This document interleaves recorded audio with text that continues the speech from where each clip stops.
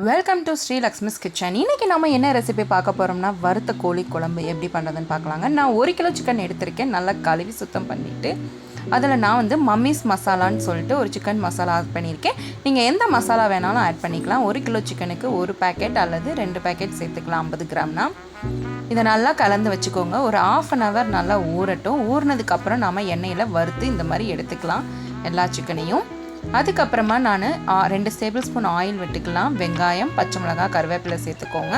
கொஞ்சமாக சீரகம் சேர்த்துட்டு நம்ம இஞ்சி பூண்டு வந்து நல்லா நசுக்கி நம்ம இப்போ சேர்த்துடலாம். இதை நல்லா நம்ம கலந்து விட்டுடுங்க. அதுக்கப்புறமா நான் 3 தக்காளி எடுத்திருக்கேன். அதை நல்லா அரைச்சி வச்சுருக்கேன். இப்போ அரைச்சதையும் நம்ம இப்போ இதோட சேர்த்துடலாம். இப்போ எல்லாத்தையும் நல்லா கலந்து விட்டுடுங்க. தேவைக்கேற்ப உப்பு சேர்த்துக்கோங்க. நம்ம ஆல்ரெடி சிக்கன் வறுத்ததுலேயே நம்ம உப்பு இருக்கும், அதனால் நீங்கள் பார்த்து சேர்த்துக்கோங்க. 2 டேபிள் ஸ்பூன் மல்லித்தூள், 1/2 டீஸ்பூன் மஞ்சத்தூள், 1/2 teaspoon red chilli powder, 1/2 teaspoon Kashmir red chilli powder சேர்த்துக்கோங்க.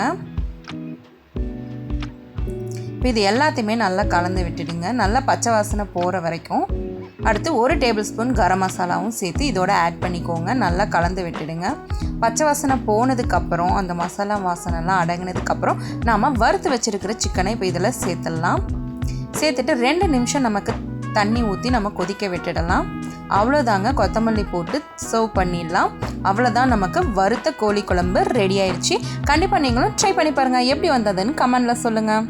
எங்களோட சேனலை லைக் பண்ணுங்கள், ஷேர் பண்ணுங்கள், சப்ஸ்கிரைப் பண்ணுங்கள். தேங்க்ஸ் ஃபார் வாட்சிங்.